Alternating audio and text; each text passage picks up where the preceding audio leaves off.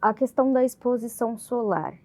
Ainda com toda a proteção que vocês precisam ter, a proteção solar, os óculos, existe um tempo limite em que vocês podem ficar expostos? Olha, a gente precisa ficar exposto o menos possível em horários muito fortes de exposição ao sol, né?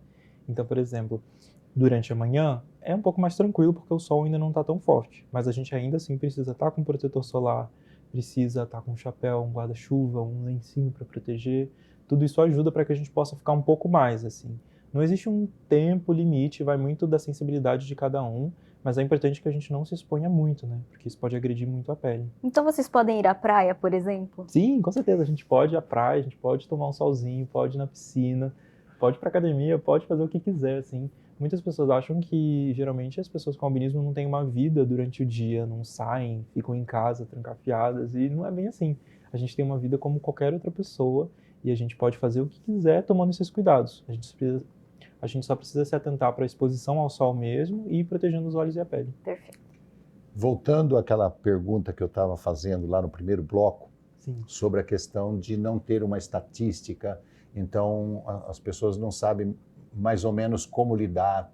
Os médicos, de uma maneira geral, tem muitas síndromes que as pessoas vão no médico e o médico não sabe. Descobre. Às vezes ele dá até um chute por proximidade, querendo ajudar, mas ele não sabe. No caso do albinismo, os médicos, de uma maneira geral, já sabem tratar a pessoa com albinismo e vocês precisam de um tratamento constante, precisam de um acompanhamento? Vou falar um pouquinho sobre a minha experiência, e aí eu acho que dá para traçar um paralelo com outras experiências e casos que a gente vê acontecer hoje em dia. Eu tive o privilégio, assim, porque meus pais se enteraram muito sobre o albinismo desde muito cedo, então o meu diagnóstico ele também aconteceu muito cedo, houve uma conversa, e isso foi muito significativo para que os meus pais já procurassem os profissionais de saúde certos, assim, para o meu tratamento, para o meu acompanhamento. E estou falando tratamento não porque o albinismo é algo que precise ser tratado, assim, mas é porque realmente é importante a gente tratar da saúde dos olhos e da pele. Então é mais enfatizando o tratamento no sentido de cuidado. E a comunidade médica como um todo, eu acho que precisa se interar ainda mais sobre o albinismo. A gente tem profissionais que são especializados e que entendem sobre o albinismo, só que muitos ainda colocam muitas pessoas que são albinos em um lugar de incapacidade. A gente, infelizmente, ainda vê isso muito acontecer, Nossa. mesmo dentro da comunidade médica, assim, né?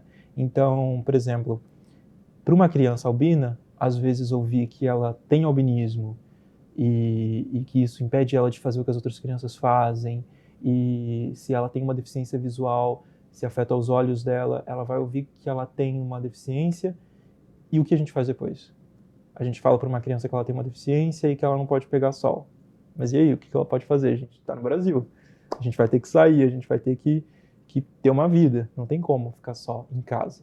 Então, eu acho que falta um pouco ainda, e isso não só, eu acho que na comunidade médica, como na comunidade escolar também, o incentivo. As crianças com albinismo, as crianças que têm deficiência, todas as crianças que têm alguma condição em comum que exigem um acompanhamento maior, assim.